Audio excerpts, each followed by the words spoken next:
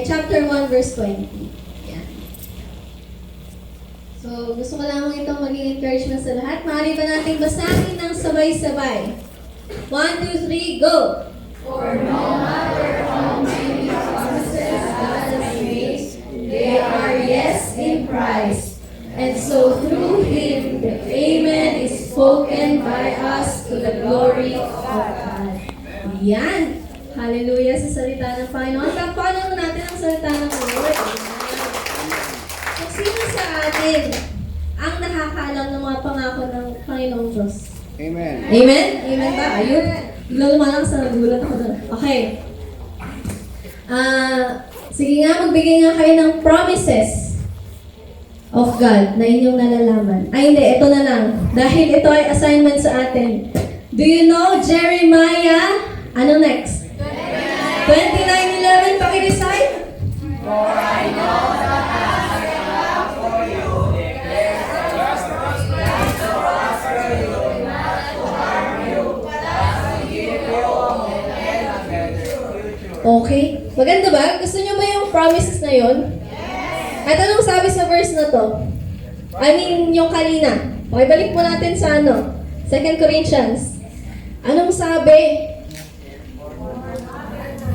How many promises God has made? They are what? Yes! Yes in Christ. At yung Jeremiah 29:11 na yun, sa pamamagitan ni Jesucristo, iyan ay? Yes! Yes! Pakisabi, yes! With conviction. Wait lang. Ang gulo. Pakisabi, yes! With conviction. Yes! Dahil yan kanino? Kay Jesus. Ayan. And so through Him, ano daw kaya nating sabihin? Amen. Ayan. Okay, so alam niyo ba ang salitang amen? Yes. Ano ang amen? So be it. So be it, di ba? Ang sabi, ang mga promises ng ating Panginoong Diyos ay yes sa pamamagitan ng Jesucristo. Kaya naman tayo ay nakakapagsabi ng so be it. Amen. Ngunit hindi lamang so be it yun. Alam niyo ba, sobrang ganda ng amen. Kasi kapag sinabi mong amen, this is very true. Verily, truly, this is fixed. At sobrang, talagang nandun yung foundation na yes, totoo to. At amen. Can I get an amen? Amen! Louder! Okay, kaya sa lahat ng promises ng Diyos na alam ko, hindi lamang Jeremiah 29:11 yan. And I know that marami pa kayong na-memorize na promises ng God. Ayan. Yan ay yes. Sa pamamagitan ni Jesus Christ. Kaya maaari ba tayong tumayo? Ayan. Ang lahat ng nangangailangan. Amen. No. Ayan. No. Ayan. Ang lahat ng nangangailangan. Meron ba? Ayan, ang gulo. Hello, ayun. Talaga naman pag promises ng God, talagang gustong i-distract ng demonyo Yan. Pero ito yung promise at katotohanan na gusto nating i-impart sa inyo sa gabing ito. Yan. Kung kayo man ay nabibigatan, nahihirapan, nagsastruggle, kahit anong emotion man yan, kung kayo ay masaya, nagagalak, punong-puno ng biyaya. Ayan. Iyan lang ay talagang isang malaking blessing sa ating Panginoon. Kahit yan ay negative sa iyong paningin. Yan. Ang Diyos, kaya niyang pagandahin. Yan, nasa sa kanyang salita yan at sinasabi dito na through Jesus Christ, kaya nating sabihin ng amen sa anumang sitwasyon natin. Kaya naman tayo ay sisigaw ng amen sa gabing ito. Amen ba yun? Amen! Hallelujah!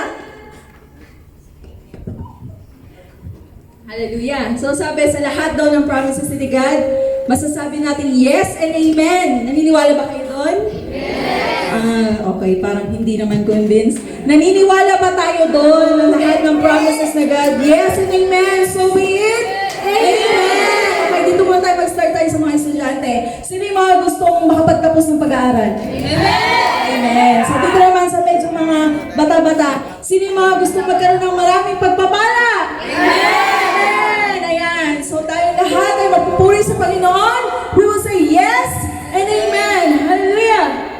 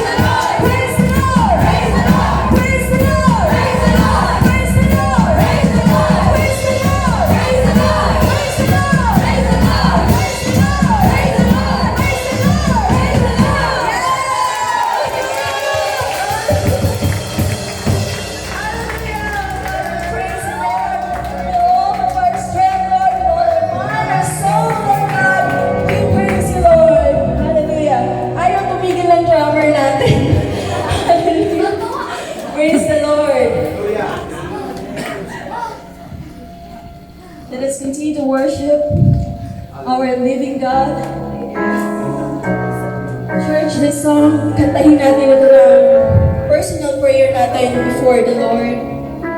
Na lahat ng will niya sa mga buhay natin ay matupad. Hallelujah. Praise the Lord.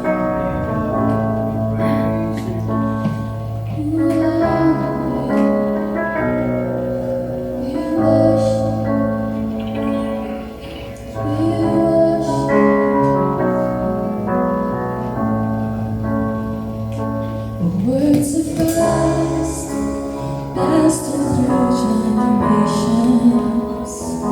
The Son of God.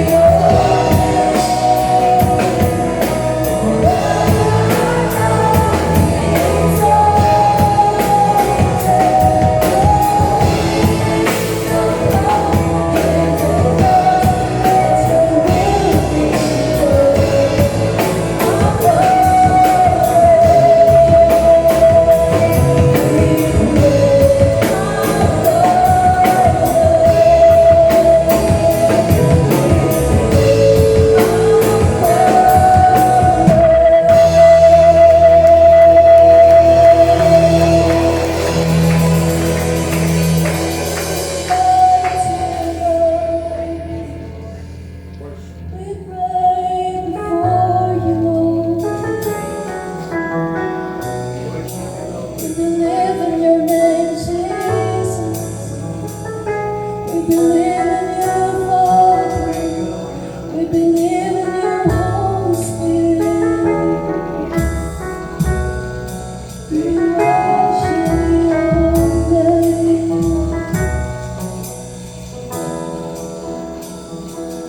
Hallelujah to you. You're the very reason why we sing. We want to sing of your love, your love. We want to sing of your faithfulness, Lord. We want to sing of your goodness, Lord. Hallelujah, God. We want to sing of your mercy, Lord. We want to sing of your grace, Lord.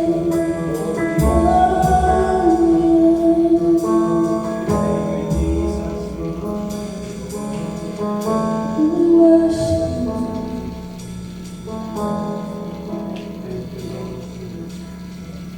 Church, the night is about to end. Huwag nating hayaan na hindi man lang natin nabigyan ng tunay na kapulihan ng Panginoon, hindi man lang natin siya nabigyan ng tunay na worship. You know, the Bible says that God is looking for a true worshiper, the worshiper that will worship Him in spirit and in truth.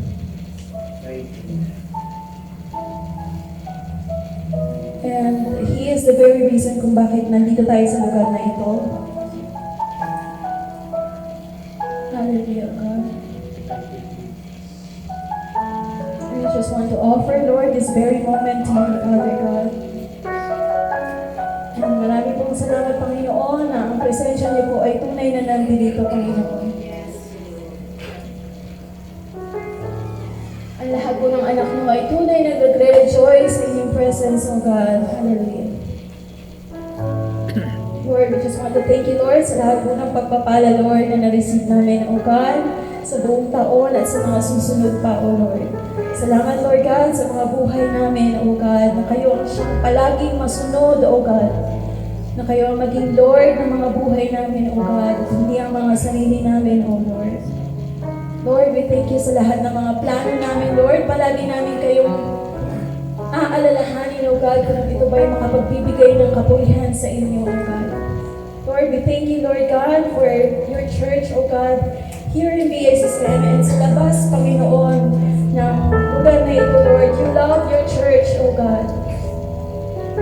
Sa lahat po ng churches ni Lord, sa buong lugar, sa lahat ng lugar, Panginoon, marami pong salamat, Lord, for you love us, O God. Hallelujah. We just want to worship you tonight, Lord, raising our hands to you, Father. As a sign of surrender, Lord, we surrender our future to you, Father God. We surrender our problems to you, Lord. Lahat ng mga burdens, Lord God, na meron kami tonight, Lord. Lahat yun, Lord, we lay it all down before you, Father. Lord, lahat ng worries namin, oh God, Lord, lay it all down to you, Father God. In Jesus' name, Lord, we claim your promises, Father. Thank you so much, Lord God, for tonight, Lord. We're able to reach your throne, Father God. Hallelujah. Lord, tunay, Lord, na kayo'y nagagalak, Lord, sa pagpupuri ng inyong mga anak, oh God. And tunay na kayo ay nasa kalagitnaan namin, oh Lord. Hallelujah to your name, Lord. Bless your church, Father God. Bless us, Lord God, with your riches in Christ Jesus, oh Lord. Lord, sa lahat ng pangangailangan namin araw-araw, Lord God, tunay na hindi kayo magkukulang, Panginoon. Lord, sa mga pangangailangan ng mga estudyante, oh God, thank you, Lord, for your provision, Father. Salamat, Lord, sa mga parents, oh God, na patuloy ng bigyan ng kalakasan, oh God, wisdom, oh Lord, on how to raise their children, Father, and how to raise our children, Father God. Thank you, Lord, for giving us the wisdom and strength, Father God. Thank you so much, Father. Hallelujah, Lord. For our pastor, Lord, we thank you, Lord God, for blessing him with good health, Lord. Anointing in Jesus' name, Lord, and how to handle your church, Father God. Hallelujah, Lord. And we thank you, Lord, for your provision in this church, Lord God. Hallelujah. We receive your blessings, O Lord. And hundreds of souls, O God, na inyong aakayin, Lord, sa lugar na ito, Panginoon. We claim it in the name of Jesus. Hallelujah, Lord. Lord, sa mga bahay namin, pagdating namin, Lord, dala-dala namin ang joy, O God.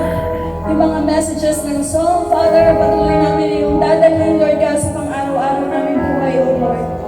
Lord, we thank you for everything, Lord God. And we glorify your name. Hallelujah. Can we sing the song once again, church? Lifting our hands to the Lord. Lahat ng anak ng Diyos, lahat ng naniniwala kay God, itaas natin ang ating mga kamay. God is here. Who wants to see His children worshiping Him. Hallelujah.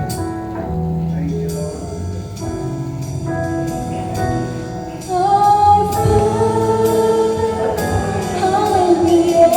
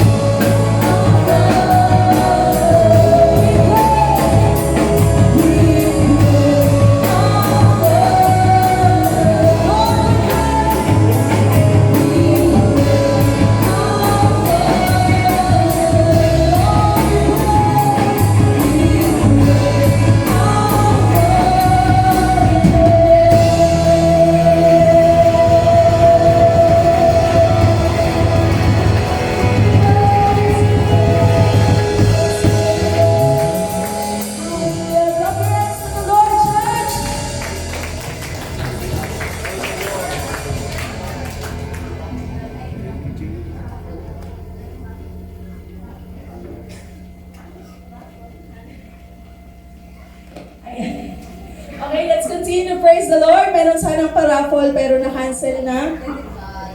Sayang. Ano pa naman, malaki yung prize. Dahil sa sobrang laki, na-cancel. Next year na daw. So next year, babalik ulit tayo dito. Praise the Lord. Alam nyo, gusto ko magpasalamat kay God kasi ito yung first time na worship night. Kasi pangatlo na to. Pang-apat. Hindi ko alam, pangatlo, pang-apat na ba na worship night. Ito yung pinakamaraming umattend. Praise the Lord. And so, inaasahan natin na next year, dodoble pa yung ating numbers and mas marami pa tayong magpupuri sama-sama kay Lord. Amen? Amen. So, ayan, let's continue to praise the Lord. Before that, gusto ko muna magpasalamat sa lahat ng support ng VICC and of course, para po magawa natin itong worship night. Sa Women's Ministry sa Hanas, thank you so much po. And sa ating supporting pastor na pinayagan po tayo ng worship night. Ayan, so palakpakan po natin ng Panginoon sa mga buhay nila.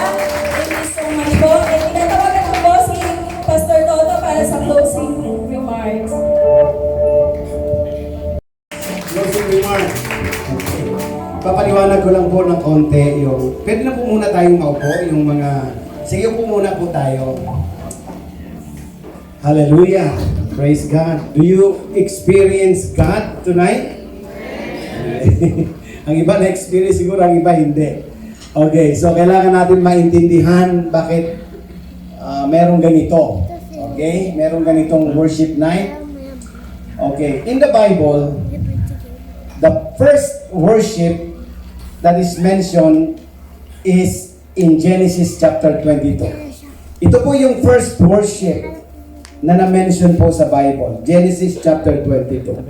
Tingnan po natin kung akma sa ginawa ho natin ngayon. Yung ginawa ni Abraham during the time. Okay. Pakibukas po ng ating scripture. Ipakita po natin sa ating monitor. Yan. Tanggalin muna natin yung worship night. Yan.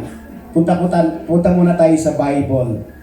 Okay. Papaliwanag ko lang ng konting panahon. Okay, konting time. Okay. Genesis chapter 22. Yan. Yan po yung unang worship na na-mention sa Bible.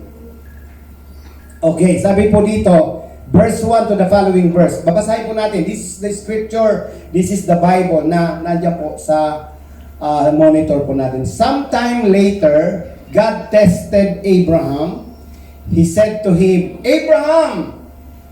At sumagot si Abraham, Here I am, he replied. Verse 2. Then God said, Take your son, your only son, whom you love, Isaac, and go to the region of Moriah, sacrifice him there as a burnt offerings on a mountain I will show you. Verse 3. Early the next morning, Abraham got up and loaded his donkey. He took with him 2 of his servants and his son Isaac. When he had cut enough wood for the burnt offering, he set out for the place God had told him about. Okay, verse 4. On the third day, Abraham looked up and saw the place in the distance. And in verse 5, ano po sabi doon? He said to his servant, Stay here with the donkey while I and the boy go over there. We will worship and then we will come back to you. Yan po yung kauna-unahang worship na na-mention sa Biblia. Okay. So, titingnan po natin kung akma ba talaga ang ginawa ho natin sa ginawa ni Abraham na pag-worship din sa Panginoon. Okay, ang sabi ng Panginoon sa kanya, dalhin mo si Isaac, the one whom you love, and sacrifice. Pero sabi ko sa verse 1, balik po tayo sa verse 1. Sandali lang po ito. Sometime later, God tested Abraham. Sinubukan ng Diyos si Abraham kung kaya niyang i-offer o i-sacrifice ang kanyang minamahal na anak na walang iba kundi si Isaac. Ang sabi ng Panginoon sa kanya, Can you give your son to me? Can you offer Isaac to me as a burnt offering? Biruin mo, susunugin, pinaalay ng Diyos si Isaac sa Diyos. Pinaalay ng Diyos si Isaac sa kanya. Inutusan niya si Abraham. Okay. Pero ang sabi ng Biblia, it was a testing for Abraham kung gagawin niya ngayon. Hindi gagawin ng Diyos na susunugin ni Abraham ang kanyang minamahal na anak. Yung po ay testing. Ano po ang ginawa ni Abraham? Sumunod po siya. Mahirap pong gawin yun. Dito mga kapatid, yung the word worship involves always a sacrifice. Kailangan mo mag-sacrifice. Okay, kaya yung ating pagpunta dito, nag-sacrifice ba talaga tayo? Ng pinakamamahal sa atin? Sino ba ang pinakamamahal sa atin? Di ba ang sarili ho natin? Ang sarili natin ang mahal ho natin. Okay. So kung nagpunta ka dito na merong pag-aagam-agam, nagpunta ka po dito kung meron kang kaunting doubts na bakit ako nandito? Okay. Ano po sinabi ng Bible in the New Testament? Romans chapter 12 verse 1. Nakalink po ito doon sa ginawa din ni Abraham. Ito rin para din sa atin. Therefore, I urge you, brothers and sisters, in view of God's mercy, to offer your bodies. Okay. Katawan din natin. Pinakamamahal natin yung katawan natin, di ba? As a living sacrifice, holy and pleasing to God. This is your true and proper worship. Amen? Kung walang sakripisyo, walang pagsasacrifice ng ating mga bodies sa Panginoon, we cannot worship God. Amen? We cannot worship God. Kailangan talaga nating ibigay ang ating mga sarili sa Panginoon. Offer your body. When you offer your body, sapagkat ang body po natin, bakit kinakailangan i-offer natin ang ating mga body? Sapagkat ang mga katawan ho natin ay tinubos na yan ng Panginoon, hindi na po yan sa atin. Amen? Amen ba mga kapatid? Our body becomes the temple of God. Sa Kanya na ito, kaya kinakailangan sa tuwing tayo ay pupunta sa mga ganitong pagtitipon, you need to sacrifice yourself. Amen? Just like Abraham. Tinest siya ng Lord, sinacrifice niya ang kanyang anak, pero hindi ho nangyari na nasunog ang kanyang anak. Testing lang po yun. Sinubukan lang po siya na noong talagang i-offer na siya si Isaac, i-offer na ni Abraham, susunugin niya na sana, narinig niya na ang tinig ng Diyos na huwag mong gagawin yan. O kaya sabi doon, at pagkatapos nakita ni Abraham yung isang tupa, at ang sabi ni Abraham, the Lord will provide. Yun na po yun. Yun talaga yung tupa, pero testing po yun. Kung hindi sinunod ni Abraham yun, sa palagay nyo, nakapag-worship ba si Abraham? Hindi po. Kasi ang akala natin, kadalasan akala natin worship is merely singing. Kumakanta, nagpupuri, nagtataasan, naglulundagan po tayo. But sa Bible po, walang involved na singing yung first worship. Ang unang involved is sacrifice.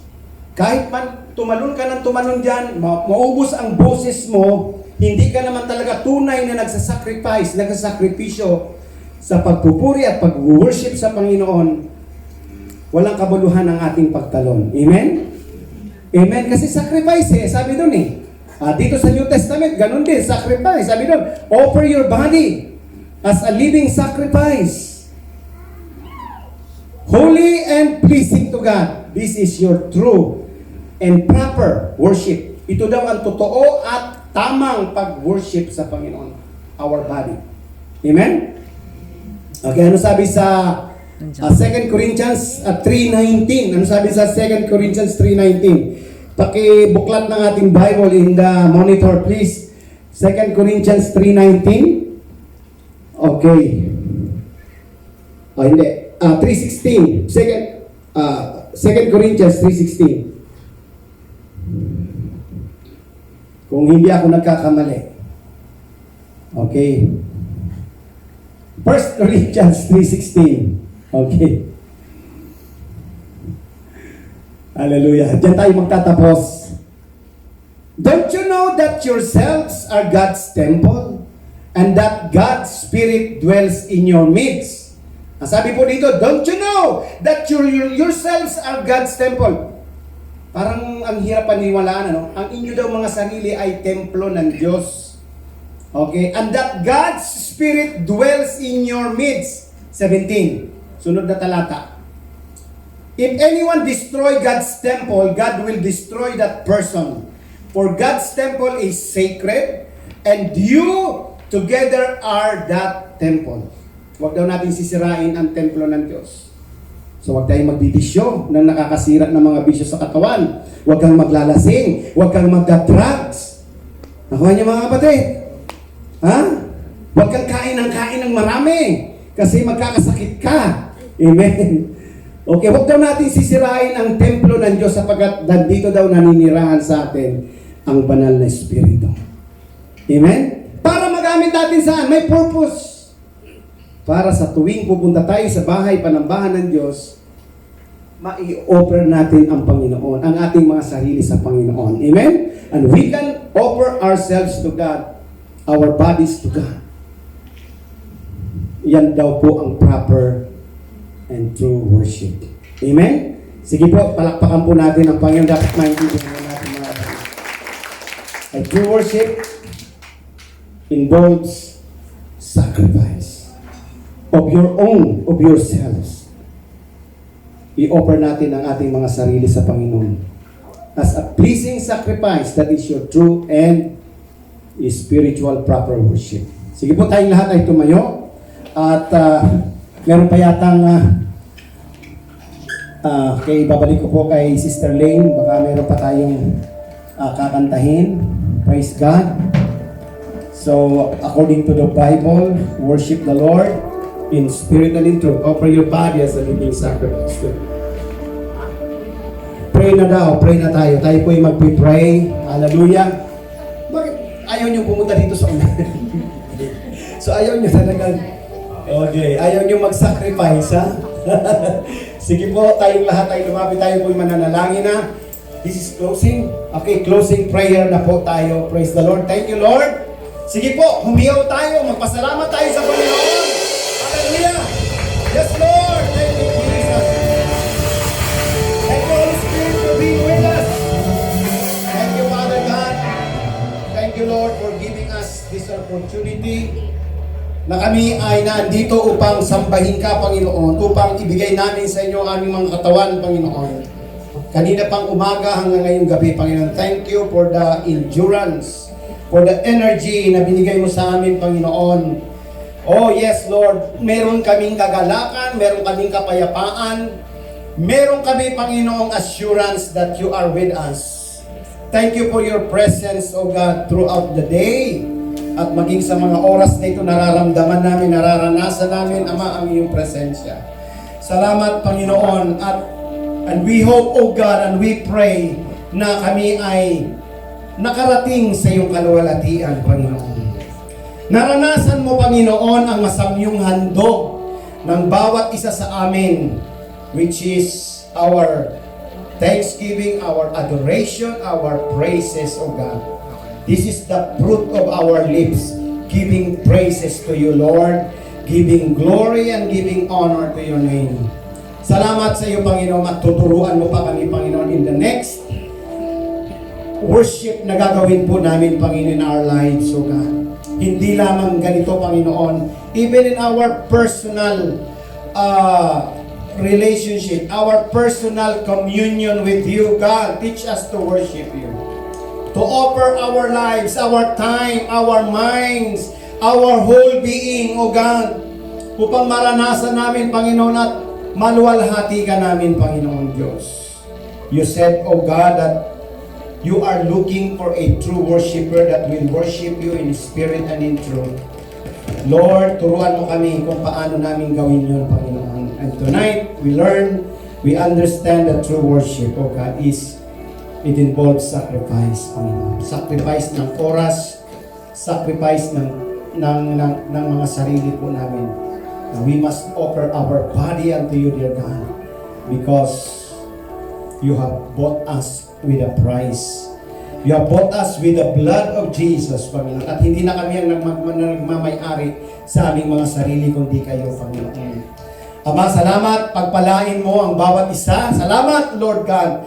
Alam po namin, Panginoon, alam ko, Panginoon, na meron kang nakahandang blessing sa bawat isa sa amin na nandito, Panginoon. They give their time to you, Lord God. They offer themselves to you, Lord. Kaya, Lord, aasahan po namin sa iyo ang iyong mga pagpapala, Panginoon. That they need, O God, kung ano man ito, Panginoon. Hindi ko po alam, kayo po nakakalam. And they have also prayer to you, Lord. May mga panalangin sila, meron silang mga desire. At ito, Panginoon, ay ipagkakaloob mo, Lord God. Because you have said, Lord God, seek ye first the kingdom of God and His righteousness, and all these things will be added unto us. Thank you, Lord. Yes, we look forward for that promises, O God, na naganap sa gabi na ito, Panginoon. Thank you for hearing our prayers. Thank you for this wonderful night of worship. Alam po namin, Panginoon, na luwalhati ka namin, Panginoon. Thank you, Lord, sa worship team na nag-arrange ng worship night na ito, Panginoon. Thank you, Lord. At inaasahan pa namin ang mga marami pang worship night. Inaasahan pa namin, Panginoon, maraming mga tao sa lugar na ito na magkakatipon-tipon dito upang itaas ang iyong pangalan, Panginoon. At Panginoon, salamat that the works of the enemy, Panginoon, yes, Lord, it was already defeated, O God, because of our praises, O God. Yes, Lord, siya, Panginoon, ang kaaway na walang iba kundi si Satanas at ang kanyang mga kampon ay nagsipagbagsakan na, Panginoon, because we give you all the praises and the glory. Sa iyo lamang ito, Panginoon. Thank you, Lord, at sa aming pagpapatuloy, sa aming fellowshipping pa, Panginoon. Thank you, Lord, sa aming dinner, Panginoon. Lord, samahan mo kami na merong kagalakan sa aming mga puso. Samahan mo kami, Panginoon, na magkaroon kami ng mga sharing, Panginoon. Makilala pa namin ang bawat isa, Panginoon, upang maranasan namin, Panginoon, the true fellowship of God according to your word in the Bible. Thank you, Jesus. Thank you, Holy Spirit. We give you all the praises and the glory and the honor. Thanksgiving. In Jesus' mighty name we pray. Amen. And Worship the Lord. Our God is the same yesterday, today, and forever. Hallelujah.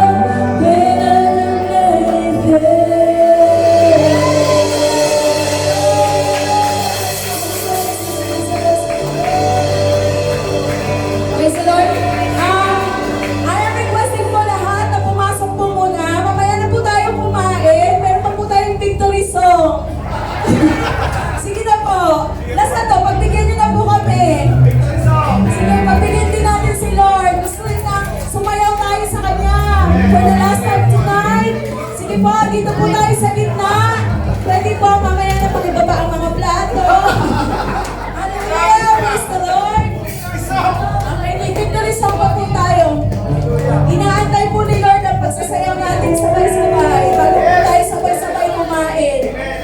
Hallelujah. Okay, tinatawagan ko po yung mga nasa kitchen. Pasok na po muna tayo dito. Ayan, iintayin po namin kayo. Yes po. Ayan, so excited. Hallelujah! God is for us?